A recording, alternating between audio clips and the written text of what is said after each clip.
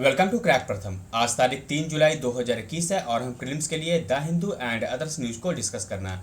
आज का जो हमारा टॉपिक होगा, पहला वर्ल्ड एस्ट्रॉयड डे के बारे में, UDISE plus, national doctors day और नेशनल हाईवे 44 के बारे में। इसमें दो टॉपिक ही इम्पॉर्टेंट है, ये और ये दोनों जो टॉपिक है ये दिवस पे है, उतनी इम्पॉर्टेंट नहीं है। चलिए फिर भी देखते हैं। पहला वर्ल्ड एस्ट्रॉयड डे। दरअसल यह प्रतिवर्ष 30 जून को मनाया जाता है। दरअसल 30 जून 1908 को रूस के साइबेरिया में एक घटना घटी थी। वह क्या था कि यहाँ पर एक बहुत बड़ा एस्ट्रॉयड जो कि धरती पर आया था, लेकिन वो धरती से टकराया नहीं था।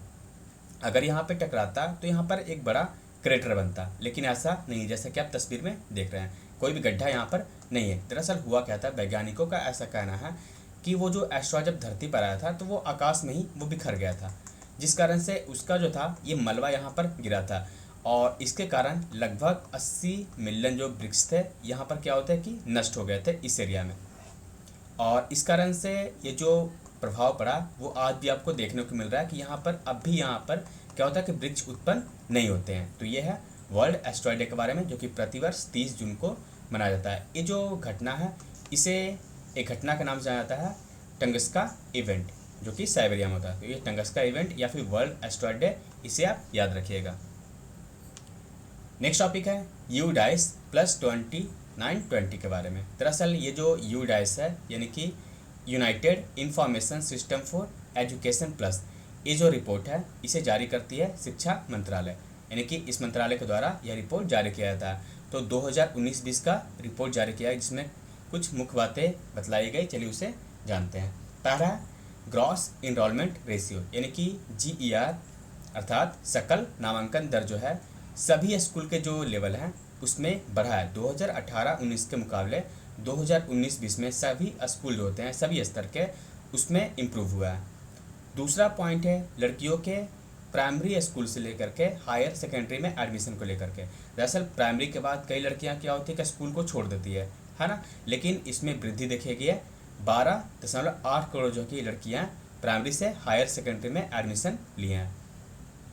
इसके बाद बतलाया गया कि 2012-13 और 2019-20 के बीच जो जेंडर पैरिटी इंडेक्स होते हैं, यानी कि GPI अर्थात सकल जो होते हैं, सकल नहीं लैंगिक समानता जो होती है, वो क्या है कि सेकेंडरी और हायर सेकेंडरी दोनों स्तरों में सुधार हुआ है। यानी कि जो लैंगिक समानता दर है उसमें भी वृद्धि देखने को मिला है।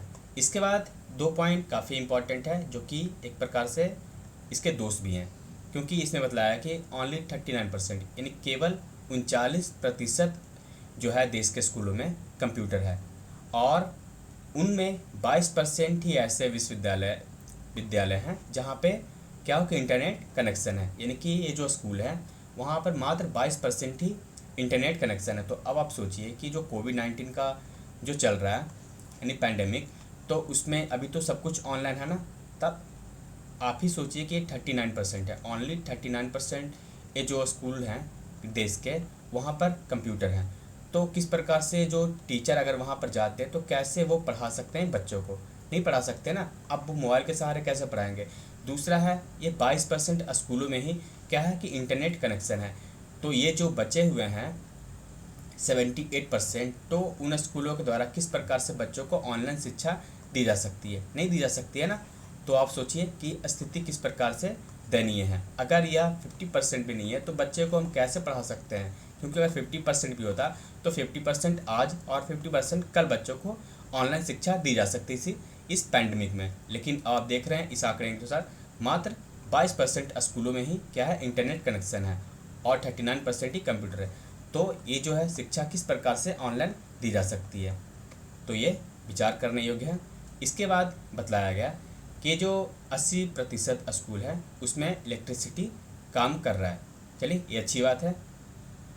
इसके बाद जो बातें की गई है कि ये स्वच्छता को लेकर के है कि 2019-20 में 90% से अधिक स्कूलों में हैंड वॉश की फैसिलिटी वो है।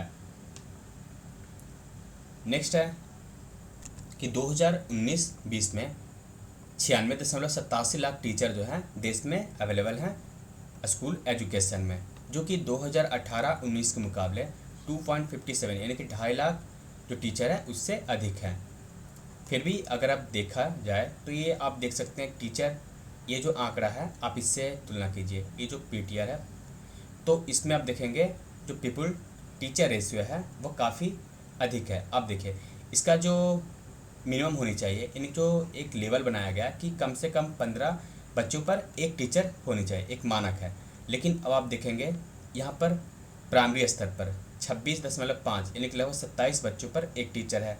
इसी प्रकार से अपर प्राइमरी और सेकेंडरी में 18.5 ये अवेलेबल हैं और हायर सेकेंडरी में कितने हैं 26.1, यानी यहाँ भी लगभग 27 बच्चों पर एक टीचर है। लेकिन ये जो मानक स्तर है इंटरनेशनल वो कितने होने चाहिए 15, उससे काफ़ी यहाँ पर अधिक है।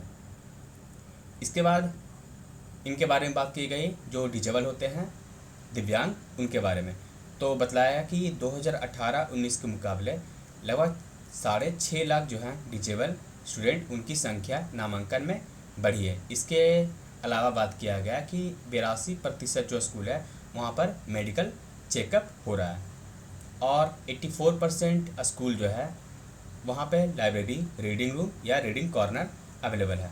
तो ये है यूडाइस प्लस के बारे में। नेक्स्ट टॉपिक है नेशनल डॉक्टर्स डे। ये मेरा जो कल वीडियो नहीं आया था जिस कारण से इसे बनाना पड़ा।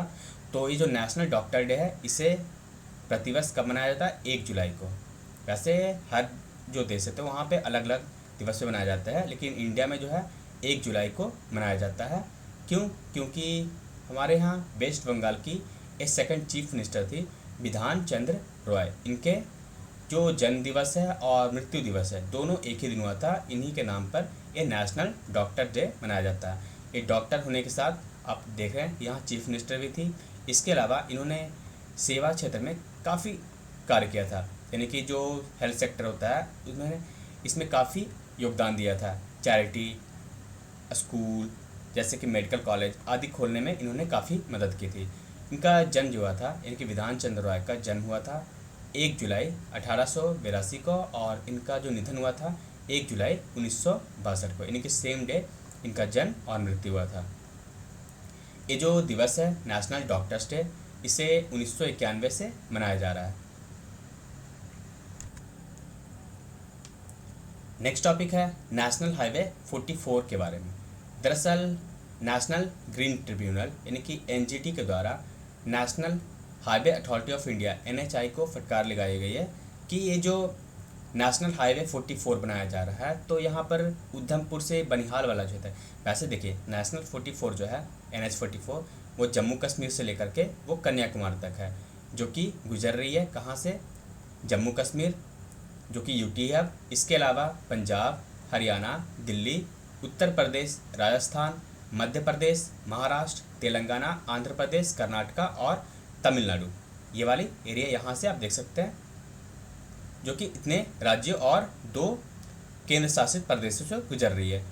तो यहाँ पर ये जो उधमपुर से बनिहाल वाला इलाका है वहाँ पर जो डेवलपमेंट किया जा रहा था तो वहाँ पर कई सारे जो डेवलपमेंट के कारण डेब्रिस बन रहे हैं, यानी कि जो कचरा हो रहा है तो वो क्या हो रहा कि वहाँ के चिनाब नदी में वो फेंका जा रहा था। इसी पर इन्होंने नेशनल जो ग्रीन ट्रिब्यूनल NGT इनके द्वारा यह फटकार लगाया गया कि आप जो ये काम कर रहे हैं इससे पर्यावरण को कोई हरास ना हो, तो आप इस प्रकार से कैसे काम कर सकते हैं। चिनाब नदी में इस जो कचरे होते हैं इससे क्यों फेंका जा रहा है, तो इसीलिए यही चर्चा में था नेशनल हाईवे 44। तो इसे याद रखिएगा NH4 कहाँ से कहाँ तक हो गुजरता है, जम्मू कश्मीर से लेकर के कन्याकुमारी तक। तो इस वीडियो में बस इतना ही। Thank you for watching crack प्रथम।